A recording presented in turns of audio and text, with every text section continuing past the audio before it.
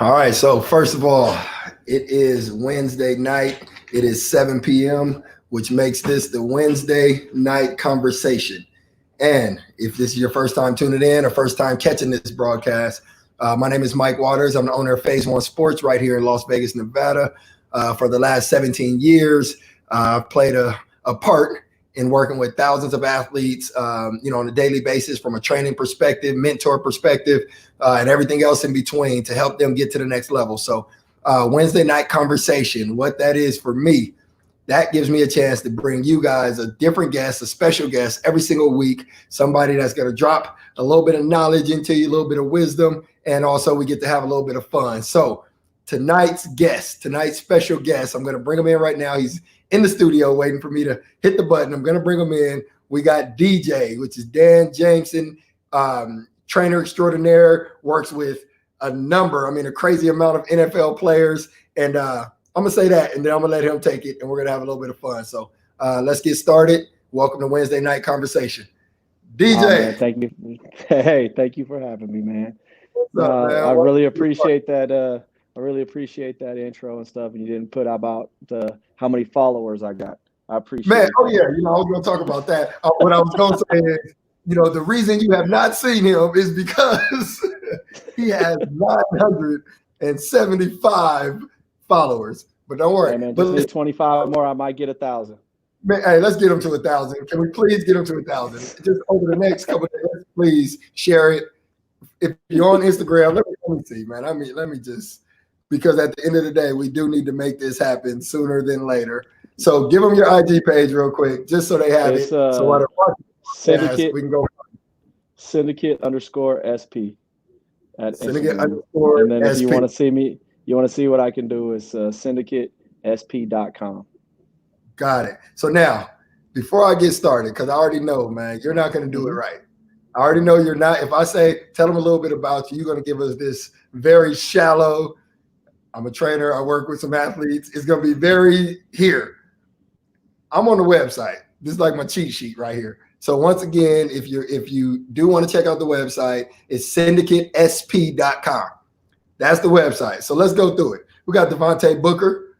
We got Eddie Yarbrough. We got Ted Karras. We got Colton Miller. We got Eddie. These are all NFL players, by the way, just in case.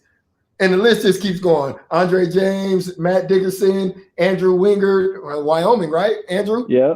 That's my dude, Dewey. We got George, Terry Poole. We got Peyton Thompson. The list just goes on and on. Yeah. The reason lucky enough to have the right people, trust me. You have somebody on this Wednesday night conversation that is doing it, that has done it at a high level, is doing it at a high level, and really has played a major role in a number of pros, a number of elite level athletes. And I know everyone that's following Phase One, following myself, for the most part, we're athletes. We're all trying to get to the next level. We're all trying to get better. And so I just thought it was important. We thought it was important that we come on and we just share some information with you tonight. So DJ, I want you to take it for a minute, man. Give them a little bit more background, where you come from, where you're at, and just kind of how we got to this point. So I started my career in MMA, and I was doing MMA, and then I ended up having kids. So around two.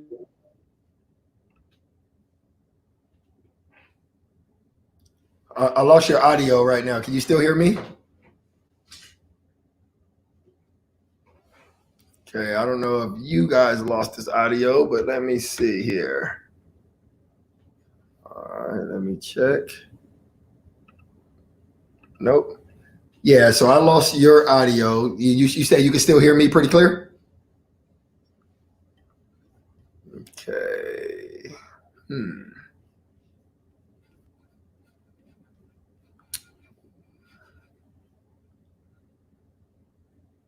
Okay, let me see if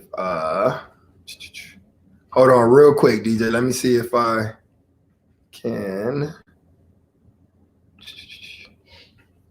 because that is weird. Yeah, okay.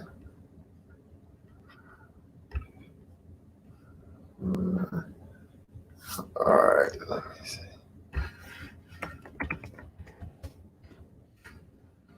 All right, give me one more minute. Let me see if I can figure it out.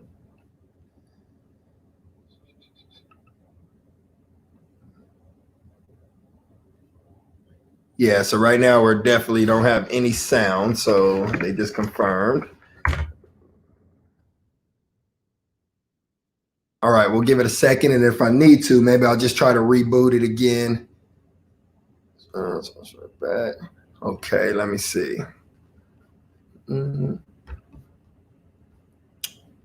Okay, let's try this, DJ. Can you hear me at all or no? You can't hear me? Okay, let's do this. Let me pull you off. Okay, say something now. Nope, still no sound. Okay, so let's do this. I'm gonna log you out. If you want to, let's try to come back in, and then see if that does anything. So you got to go with the flow. It happens. It happens. So we're gonna basically clean this thing up and see if we can get it back going here. So let me send an invite, and we'll see if that helps.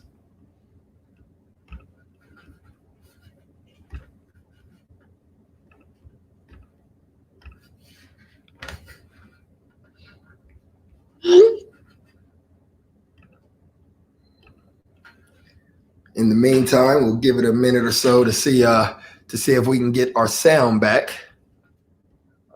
Let's see here, no sound.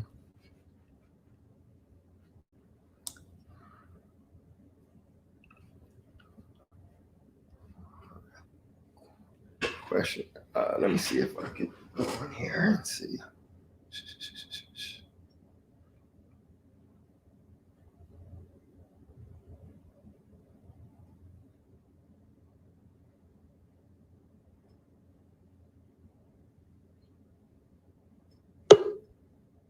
All right, let's see here.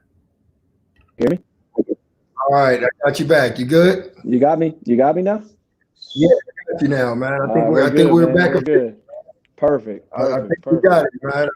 I think Dan hit his emergency mute button or something, man. Who knows? Who knows on that one? I'm an old man. Look at that beard. That's an old man beard. I don't know all this new contraption stuff. Hey, don't trip, man, because I'm gonna edit that 2-3 minutes out. We're gonna smash it together, and we're good. We're good. So don't worry. So go ahead, man. Let's get right into it. A little bit more about your background, man, and we'll work from there.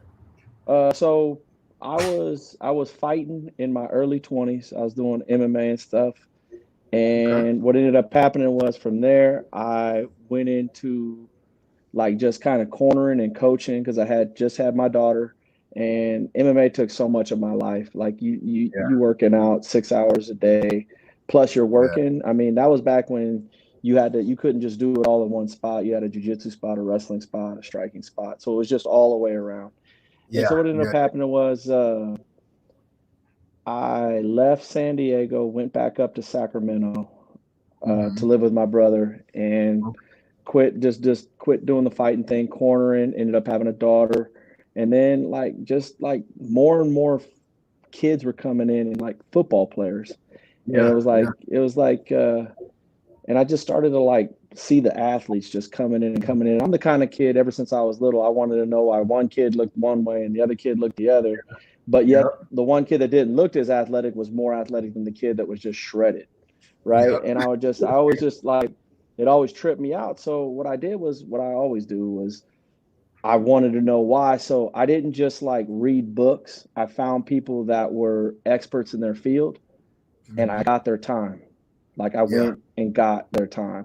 If you were the best Olympic lifting coach in the air in the US or wherever, I made sure if I had to drive or if I had to fly or if I had to do anything, I got your time. Because I wanted to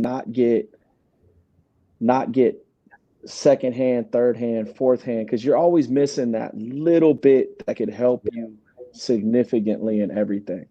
This past year, I was out in Minnesota. My girl's from Minnesota, and I needed to get time with a well-known strength coach out there. So I just hit him up. I was like, "Hey, man, I'm in the area wherever you're at. If I got to drive an hour and a half, I'm going to drive." Because you're going to learn more in person than you ever will with a book.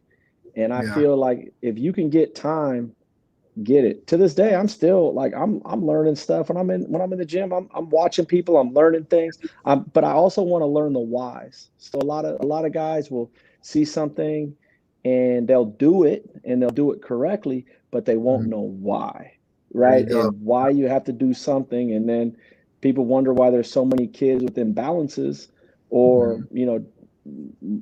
like they're just not strong in certain areas, like the hips. Yeah. And they'll say, well, I squat every day. And it's like, well, that's not strength in the hips. Yeah. Like there's different things that you could be doing to work the hips. Yeah. And it's really it's really disheartening because a lot of people put their faith in certain people that may it's about ego. It's not about getting the kid better. You understand what I'm Yeah. saying? Like it's a way for them to be better. Like my golden rule is the spotlight's on the athlete, not me, or the spotlight's on the Yeah. person, not me. No, So love it. that's why I got 975. I know, Yeah. but I do know all of them. I do Yeah. know all of them. I And know. hey, and the thing is, you'd be surprised who those 975 are. Yeah, there's real ones. I bet. Yeah, I bet. yeah. So We're gonna be at 1,000. We got to at least get to that. Like, come on. but no, we're gonna be awesome, good. Man. I love awesome. it. And for a lot of the young trainers, because I know we have a lot of young trainers that follow the Mhm. pages and things like that. Hopefully you guys caught some of those golden points. The fact that he was willing to travel and spend those hours, spend those time, investing in learning from other people, and recognizing people that are doing it at a high level, or maybe they're just doing it different than you, but having the enough humility and enough to just say, hey man, I want to come hang out. I don't need anything. I don't expect it. If you want me to rack weights while I'm there, I'll rack all the weights. But I just want to come be in the environment. I want to learn. I want to ask questions. I just want to sit back and watch. And I mean, there's so many, I think, people that should do that more. And sometimes we all get caught up in our own egos and our own space and think that we're above that. There's no such thing. I mean, the Mhm. same way Dan is, I'm the same way, even with trainers, even within our building. I'm like, dude, that's crazy. What is this? Why are you doing? We're always learning, we're always evolving, and everybody has a different perspective. So I love how you put that out there, and I mean that's the key to your success right off the top. So that's awesome, man. Value. Yeah, so like one of the things that I learned throughout my time, like either if it's go to, you're looking at the Exos model, you're looking at Chip Smith, you're looking at the Lauren Landows, the high level strength coaches, is that they're all speaking the same language. It's all the same stuff. They're breaking movements down into three steps in three sections. You got your eccentric, your concentric, and your Mhm. amerization or your transformation phase. And they're working all three. They're working all three of those. And it's just tempos, it's different things. But don't Mhm. just listen to me and then regurgitate it. Go find it. Go find Yeah, someone that can explain it to you. Go sit sure. down. I mean, if you ever see me around and you want me to talk, I love talking because someone was Love nice that. enough to do that for me. You know what I Yeah, mean? Like that's what it is. I love that, man. That's awesome. So I think, for a lot of young trainers, and not even just young trainers, I keep saying that because I know a lot of the younger guys are the ones that reach out a lot, but for any of us out there, man, that's the mindset for sure. So I think that's valuable. What I want to do, DJ, if you're cool with it, I want to transition Hmm. because, I know you're at the level you're at with all the pros that you work with, Hmm. elite level guys. I've watched you work with your guys, and it seems like you have just a different relationship. You really Hmm. have a genuine relationship with these guys. I could tell that they don't just look at you like that's my trainer. They look at you like a person Yeah. they can trust, a person that they value. I could just see it, just by being around Hmm. you and watching you do what you do. As a trainer or anyone in our industry or in the service industry, how do you build that type of relationship? Um, my number one rule in everything is be genuine, right? Yeah. If you're being genuine, that means like you have boundaries and everybody knows where you're at all times, right? Like I will with my guys, like not my guys, but the guys that choose to train with me, I get to know Hmm. them as a person first and foremost. You got to know them as a Yes. person because I'll be real with you, man. Like lifting weights and everything else and all this other stuff, if they're really high level, they're gonna do it without you because it's just Yeah. that easy. You know what I mean? This is 95% of this shit is genetics. It's the way what mama and daddy put out, right? And if you can help with the person, like you can help them through life and you can help them with different things, that means like when you're asking them to do something that maybe they're uncomfortable with on the turf or something else, they're going to trust you because they're going to know that this guy got my back. Like I got you, right? And I mean, I try to, if I could build a better person, I mean, I might have a lot of high performance athletes and stuff like that, but I'm a lot more prouder of those kids that got out of the hood and got a really good job and came back and showed other kids that it's not just college, or it's not just this, it's a trade school, it's everything else, because that's the stuff that I push. I mean, if you can change a kid's life, no matter what it is, I just happen to be lucky enough to have the right kids come through the door. You know what I mean? I'm not going to say that, oh my gosh, this conjugate method, and then I go from there to different tempos, and oh my God, it's going to help. No, man. That's how we got to bake. You listen, man. You can bake a cake an amazing way. If it's shit ingredients, it's not going to be the best cake ever, right? So first and foremost, let your ego go. Whatever that story is in the back of your head, where you're like the greatest thing ever, that's not real. The only thing that's real is right in front of you. Man. You know what I mean? And what's real is, this is where this kid is. This is where you're at. This is where this athlete's at. Let's just get him to the next level. And it may just be changing an outlook, changing a filter in their mind to be able to understand exactly what you need. Facts. I love that, man. And it's crazy because we just had, I think it was myself and maybe Reg and Trip, but we had a conversation recently about how many trainers get to the point where they feel like they know it all. And it's like, to me, that's the first sign of going the wrong way. That's the first sign, is when you feel like, oh man, I got it, and this is the best method ever, and this is what I do. And it's like, wait, time out. I think you're already going too far. So to be a great trainer and be in this industry is to always be open and creative to new ideas, new concepts, new principles. That's what it's about. It's constant and steady, so at the end of the day, it definitely, definitely huge on that. I know I got Noah here. I'm gonna post it on the screen. Discuss. I mean, you might know about that in the foot strike. He wants to know if you got anything on that. The what? The GOAT coach? Yeah, the GOAT coach and foot strike. Well, I mean, I don't bang on anybody, right? I don't bang on anybody, but I mean, the GOAT foot strike, the inside foot, right? So this is like all that functional patterns and everything else, which is beautiful and it keeps whatever. But I think that if you look at an Olympic sprinter, and if their top half is going like this and their bottom half is going straight, they're probably in sixth place. Right. So it's efficiency. It's efficiency. It's cycling. It's how fast can I get my foot off the ground? Am I striking with enough force? Am I striking with the right side of the foot? That's why I'm saying the Goata coach and the foot strikes, they have a point. But I just think that, like with everything, everybody is trying to brand something of their own. It's more about marketing, right? Because if any trainer, right, puts down another trainer because he don't know what he's doing, he's just doing this other stuff, that's to me, that's a telltale, right? Like that's kind of like where's your head at, right? Yeah, and you're trying to knock down in order to build, in order to rise above, and that's never the strategy, especially in an industry that's evolving like ours.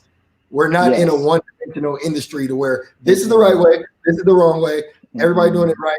It's not that type of industry, because guess what? For every philosophy that I may not agree with, there's people that can stand up and say, here's the results. Yeah, so like I'll put it to you this way. Yeah, I'm with you. I'll put it to you this way. So a lot of everything that's coming out right now was from Eastern Bloc 1960s Russia, right? Like a lot of that stuff, like the eccentric, concentric, amerization, everything else, right? It goes into, like, you're seeing this stuff, and the Russians would do things, Charlie Francis, Russians. I mean, you could go on and on. A lot of them were doing these things, but how can I put it? How can I put it in a very PC way? They were doing a lot of good work with a lot of supplemental help, right? Yeah. So when you're a strength coach, you get certain. Okay, so let me back that up. My mind's going a million miles an hour, especially when I get to going on that. So with like Eastern Bloc stuff, everybody now is using the Eastern Bloc stuff, which is really good. And you know, from Louis Simmons to everybody else, Charlie Francis, Louis Simmons. You talk to a lot of high level strength coaches; those are two first names that come up, right? Yep. The pillar of both of those two are steroids. Whatever. Hey, whatever. I'm not. Whatever. I'm not going to judge you. Whatever you choose to do, that's fine. Yep. But what I'm saying is, a lot of the same stuff is just regurgitated, right? Like Reg today or the other day, he's like, "Oh man, I remember that stuff." I said, "Yeah, bro, kind of funny. It just comes around again, right?" Because it's just like, dude, you're gonna see the same stuff. The plyometrics you've seen now have been used since like the 50s and 40s. Literally, there's video footage. We're doing it in 1945, like black and white, real to real. 100%. Just someone just remarketed it. But the difference now is that you're seeing is that there is an amazing advancement in recovery, right? Because they're trying to figure out the perfect recovery. So when you're working with high level athletes and their TE ratios are 6-to-1, right? Which is like borderline, like, okay, this kid's got a lot of testosterone, but there's kids naturally born like that. And that kid's, 3 reps to him would be 30 reps for me, right? Yeah. So then it's just all about the recovery because you don't want to blow the kid out. But a lot of people don't see that aspect of it. They just think hard work is hard work. Come get this work, come get this grind. Yeah. But it's like it's that philosophy of the same workouts that, same kind of workouts from the 40s, 50s, 60s, Russia, and some of the new stuff today. Yeah. But it's learning more about recovery. Like you guys have the cryotherapy, you guys have the Normatex, this all really, really nice equipment. And a lot of kids just walk right past it. And it's like you shouldn't walk right past, you should get inside it. Yeah, that should be a priority just like everything else. And obviously that's what keeps you functioning throughout the process, throughout the training camp or whatever you got. So no, I love it. So let's do this, DJ. Let's I know I want to be able to try to tie this back to not only the elite level athletes, but also younger athletes, because obviously we have a pretty big population of, our youth athletes, our high school, our college ones that are, all progressing. And granted, some of them will have the opportunity to play at the highest level. Come on, we understand that that's the nature of the business, but what advice, because you just work with so many different levels and then your career as well. What advice would you have just in terms of athletes really just taking ownership in who they are, in their character, in everything that evolves around being an athlete? Because I feel like there's gaps there. So I just want to get your opinion. I know you were at the combine a couple months ago with a handful of athletes. I know you had these guys. I only had one this year. Well, there you go. So I had one. You did pretty well. Yeah, which you did great. But you have so many that are dealing with, branding and agents and, just the whole flow of just being an owner of yourself and of your athletic career. So what would be some takeaways or what's some advice for those athletes? I would say, like for kids and stuff like that with parents, I would say broaden your kids' horizon with sports, right? It's not just the top 3. It's not just basketball, baseball, football. There's wrestling, there's track and field. There's all kinds of different things that could help you. Like, my son is skinny and he's tall and he wants to play football.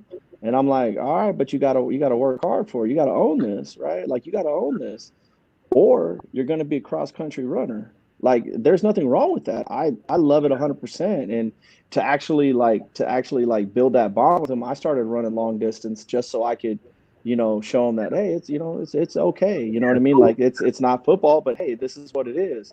Because I think that we're getting in this world where like, you can be anything. Well, not necessarily. Your genetics are going to give you what you want. There's certain things that you can be really good at. And it's okay to be really good at it. Own that. Like if my son's going to be a hell of a cross-country runner because he's got really strong tendons and muscles. He's super skinny. So he's running around at like 80 pounds and he's going to be able to go forever, right? Because Yeah. it's just his energy stores. It's be smart about it. If your kid Yeah. is long and lean, have him swim, have him do hurdles, have him do other stuff. If he doesn't want to play football, or he doesn't want to play, don't just widen the horizon of sports for him. You know what I mean? Yeah. And then That. don't get sucked into 24/7 one sport. And Mm-hmm. I always tell kids, don't get sucked into that until your last 2 years of high school. Yeah. Because last 2 years you got to kind of buckle in, and you know what I mean. Yeah. Unless you're ridiculous, you can play Yeah. two sports in college, but like that's a whole different other. I had a kid who was a middle linebacker at San Diego State, but he was also the closer, right, for the baseball team. And I'm like, that ain't gonna work, dude. Like you're gonna get a neck stinger, and I don't know how you're gonna throw this ball, right? Yeah. It's He a did little it for different. he did it for a year, and he had all the classes too. He did it for a year. So I'm done. I'm out. Wow. I'm out. There you go. Now he plays for the Dolphins. Oh, nice. Dolphins. Good. Yeah, he's doing well with his life. But like Oh, my thing is like with ownership is like own the whole situation. The parents can own it. Everybody owns it. Like if it's a kid, find sports that you know your body type is good with. That's really sounds shitty, yeah. but it's the But truth because any little kid can do what a big better kid does. position. Yeah. Yeah. I mean, don't get me wrong. There's outliers. There's Yeah. outliers. But Yeah. like that's the thing. But then the other thing is if you have a big kid, tell him he can do anything the little kids can do. Because I've got the only ones that like blow my socks off right now are Polynesian kids. Their parents are Yeah. like, Dan, my kid could do anything the little kids could do. I had a kid who was 6'4", 305 pounds playing forward on the soccer team, right? All right. Yeah. Oh Yeah. yeah, Mm-hmm. I mean, and like this kid now is like the center at They're Utah. killing. Yeah, Yeah. just Footwork. killing it. But it's because his Athleticism. Perfect. Yeah. he owned it Mhm. and he just did it. He doesn't care what people think. Just go have fun. Yeah. And that's the Yeah. other thing. Like if you just want to have fun, go do whatever you want. But if you want to be Yeah. successful, find something that your body type works with and go with it. Love it. Love it. No, that's awesome advice. So now what about at the pro level with the athletes that are now, their athletic career has converted into a business, into their livelihood? How does that ownership principle work in that realm? Now this is the one thing that gets real tricky because Yeah. I've been a part of numerous final meetings, numerous different things when it comes to that stuff. And that's when the ownership and being genuine is a double-sided sword. If you think you're the best thing since sliced bread and you're projected towards the end of the draft, you better be prepared to be an undrafted free agent. Two people on their board fall, you're out, right? Yeah. It's just that Yeah. easy. So what I'm saying is, but the other part of it is own what you need to work on and build a blueprint for that. As in, if I'm a kid and maybe I don't have the stablest background, I'm going to need not just a business partner who's my agent, I'm going to need a family member, right? Yeah. So that's those things that you have to take ownership. And then it's like find someone who's genuine. And my greatest thing but genuine is this. It ain't money. Money ain't Yeah. genuine. Money, they can make money in their sleep. Yeah. The thing that no one in this world can ever get back, I don't care if it's Bill Gates, Warren Buffett, Jeff Bezos, I don't care if you're the richest man in the world, they all died. They all died wishing they had more time.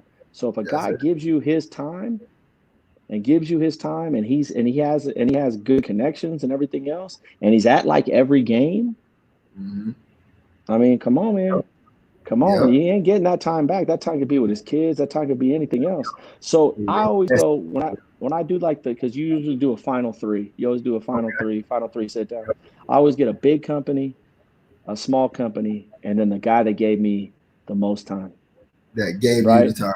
That's awesome. Because you're going to be able to see all of it. You're going to be able to see this guy come in with $1 million presentation, blow your socks off, have all these all pros call you, and I promise you, those all pros will not call you again because they have their own life. You're right. They're not being your best friend. I promise you. I mean, unless you go on their team and they see you all the time, good chance they're never going to like really call you or talk to you again. So you're going to be the belle of the ball. Like you're going to be in your mind, you're going to be like, I'm the prettiest, dude in this thing. And like, I'm going to be able to blow it up.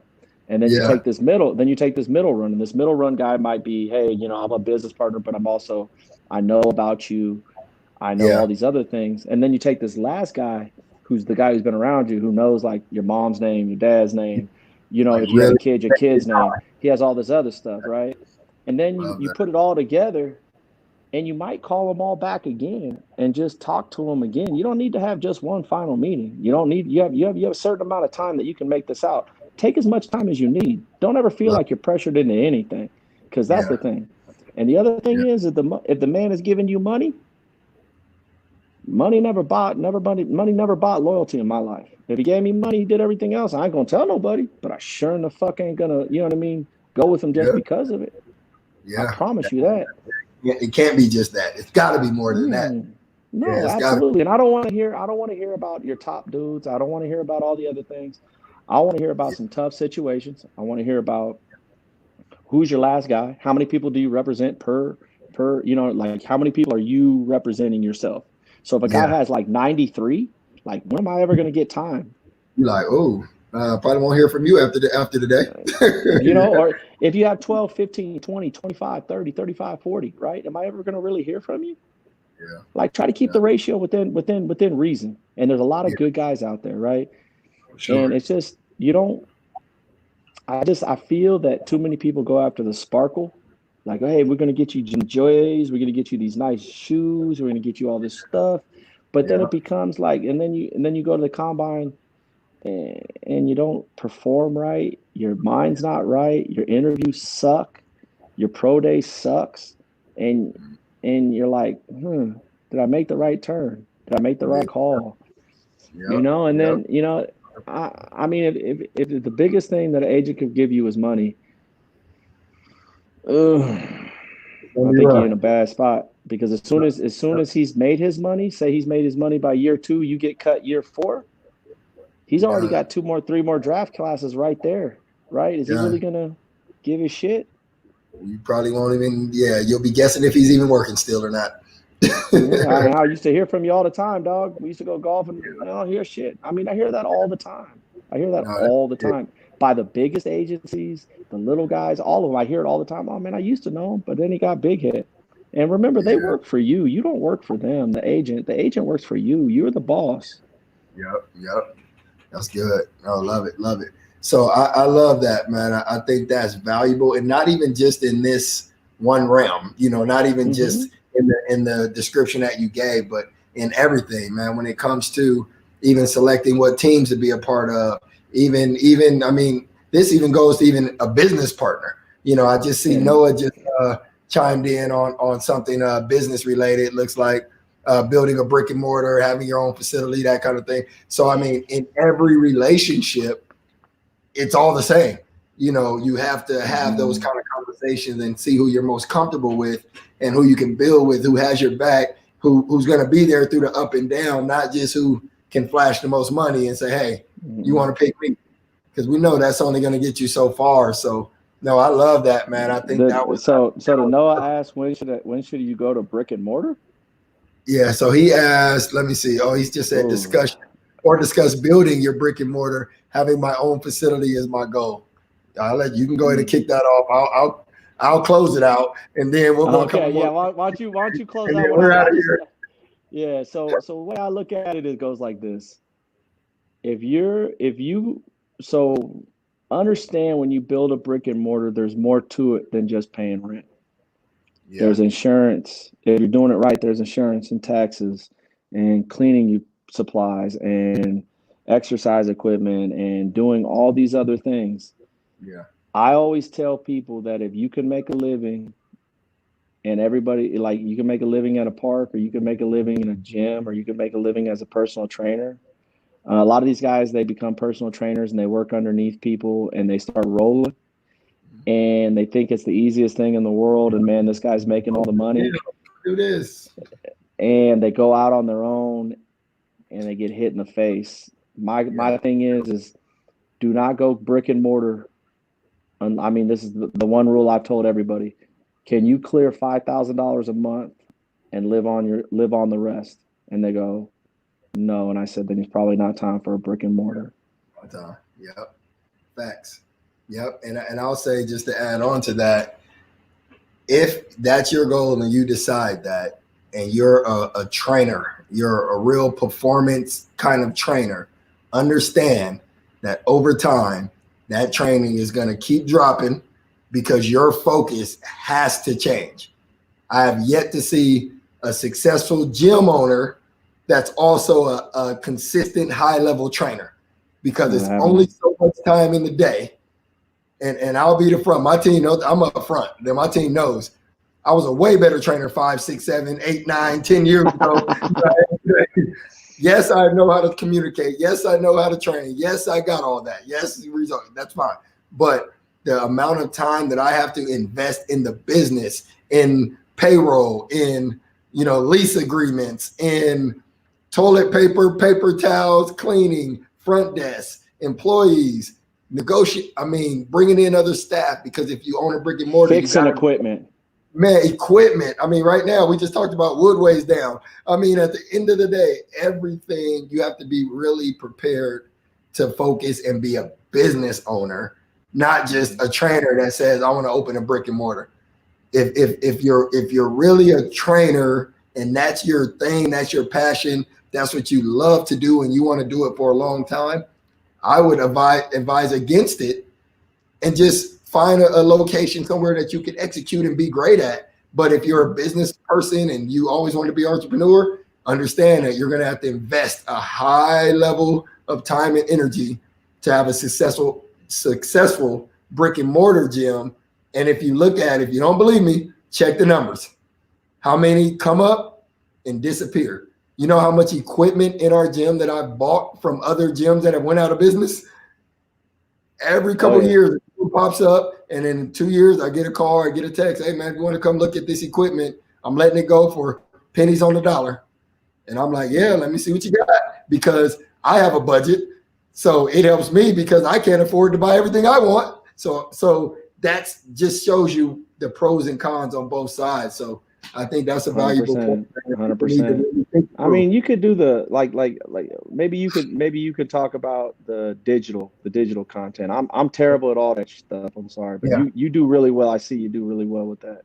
Yeah, and honestly, man, if it was 2020 and this was 2020 and Mike was just getting started and I just started Phase One Sports. I started in 2003, but if I started in 2020, then my mindset would be totally different. Right now, I would be spending a lot of energy and time building my whole online platform, my online training. I'll be delivering programs. I'll be doing, some live broadcasts like we've been doing throughout the quarantine. I may do some guest pop-ups, different cities, different areas as I build my audience. But I would try to see how much money and how much of a business I can create online working with more people before I said, let me take on this overhead and this rent and all these expenses and then try to make it work. And I say that because times are different. In 2020, we didn't have all this social media, live broadcasts and YouTube crazy channels and all these other ways to generate revenue and have a business. So my dream was always to own a gym. And now, I have two here in Vegas. There's one in Hawaii. And yes, they're doing good. Yes, we still have a lot to work on, but it is a constant and daily grind, daily work on the business. Everyone just thinks, look at the results. Look at my clients. Look at the athletes. They're losing weight. This person did it. That has nothing to do with the business model, the business structure. That's great for marketing. The sacrifice. You a successful business by having 10 clients with a transformation story. That just means you're a good trainer. Keep getting better. Yeah. And I think it's amazing, but I'll end it on my side like this. I made this comparison a long time ago. Don't try to reinvent the wheel, right? Like, get to know. Like, if you get a chance, go sit with somebody. Go sit with somebody that's great at what they do. Mm-hmm. Ask questions, learn. Ask to clean the mats. Ask to put the weights away. Do something of that nature, because just like an author of books, right? Trainers and authors, there's a million authors, there's a million different trainers, but there's only a few bestsellers, right? Yeah. And the crazy part is, just like in training, just like in authors use the same letters, they use the same words. They just able to grip you, right? They're able to grip you and keep your attention. And that's where that little bit of like just that little bit of detail that you need is there.